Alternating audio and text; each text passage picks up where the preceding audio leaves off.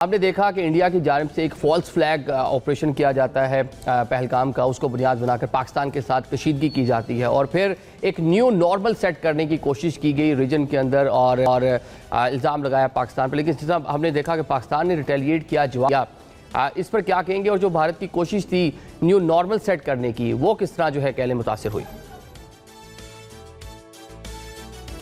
मैं समझता हूँ कि जो बनियानुल मरसूस है या मार्का हक है, उसने एक नए पाकिस्तान को जन्म दिया है। उसने पूरी दुनिया के सामने एक नया पाकिस्तान का चेहरा सामने रखा है। वो पाकिस्तान जिसका दिफा बिल्कुल सीसा पलाई दीवार है।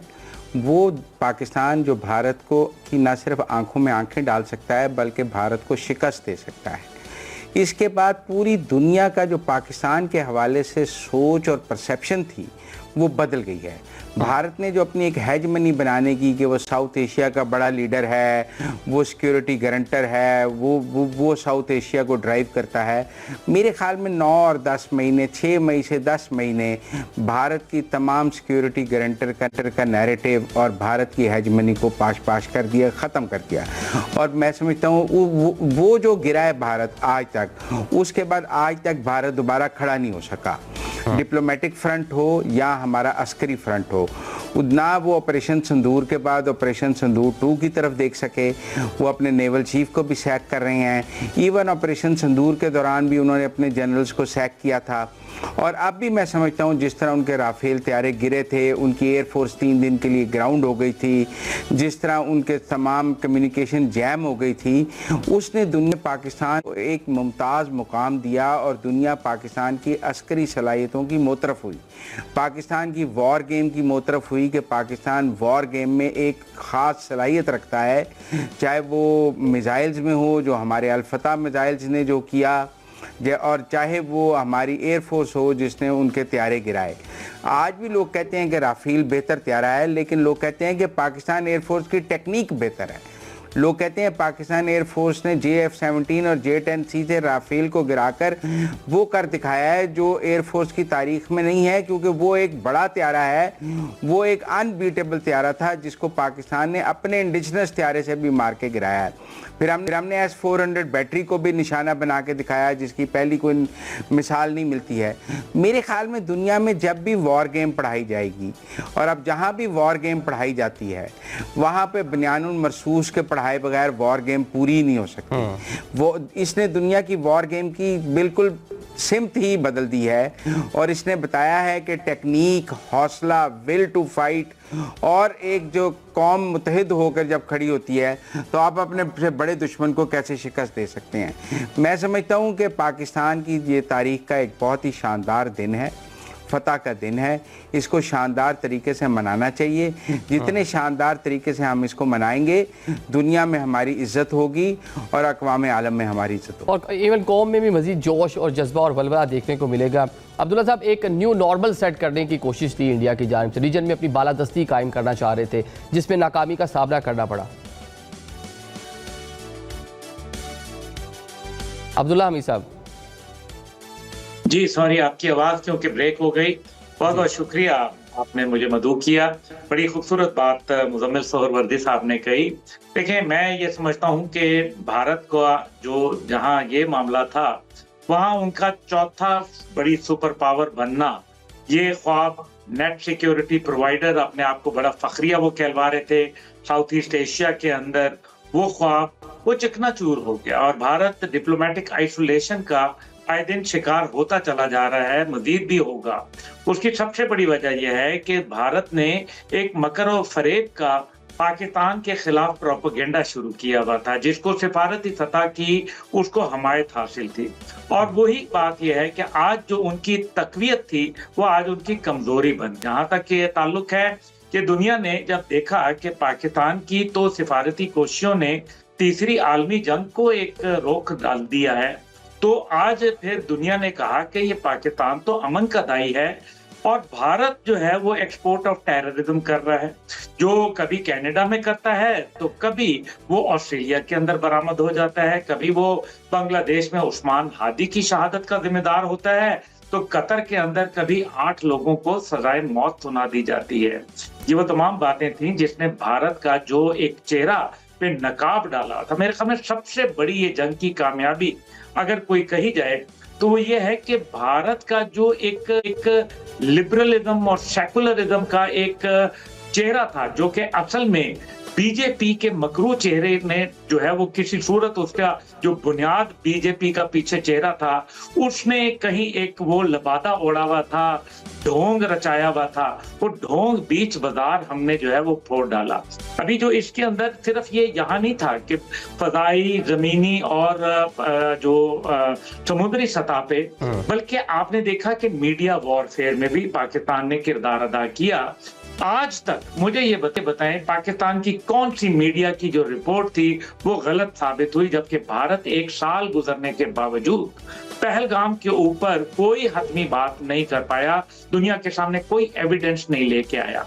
दूसरी जानिब जो है वो आप देखें कि भारत का अपने जो अलायंस, जो कि इंडिया अलायंस है, जो 28 पार्टियों का अखट है, वो उन्होंने 14 मुख्तलिफ जो जर्नलिस्ट थे, जिसमें अर्नब गोस्वामी जैसे बदनामे जमाना जर्नलिस्ट भी शामिल थे, उनको बैन कर दिया।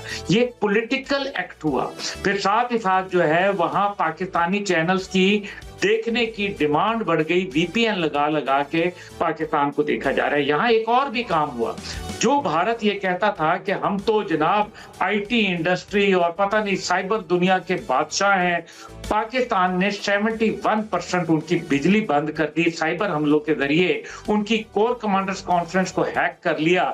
और हद यह है कि हमारी ड्रोन टेक्नोलॉजी ने नरेंद्र मोदी के बाकायदा दफ्तर के ऊपर जाके चक्कर लगाया, वापस आ गया वो ड्रोन और उसने तमाम डेटा जो है वो प्रोवाइड कर दिया। लेकिन क्योंकि पाकिस्तान सिविलियन टारगेट्स नहीं करना चाहते थे, इसलिए हमने ये ऐसा कोई काम जो है उसको रोक के रखा। और मतलब आप बता रहे हैं कि डिफरेंट फ्रंट के ऊपर हमने देखा वार के हक के दौरान जो इंडिया है वो एक्सपोज हुआ, और जो कह लें कि खुद साख्ता, खुद को एक बड़ी फौजी ताकत और दुनिया में एक बड़ी इकोनॉमिक ताकत जो क्लेम कर रहा था वो बिल्कुल एक्सपोज होकर रह गई। डॉक्टर खुर्रम साहब, कितना डैमेजिंग था इंडिया के लिए? आज इंडिया आइसोलेट नज़र आता है, दुनिया में कहीं उसको पजीराई नहीं मिल रही। उसका बयानिया जिस तरह भी अब्दुल्ला साहब ने बताया कि पूरी कोशिश की गई कि इंटरनेशनल मीडिया को यूज़ किया जा सके, पाकिस्तान मुखालिफ जिस तरह माजी में प्रोपेगेंडा करते रहे हैं उसको दोबारा से यूज़ किया जा सके, जो चीज़ें नहीं हो पाई और इंडिया आइसोलेट हो गया।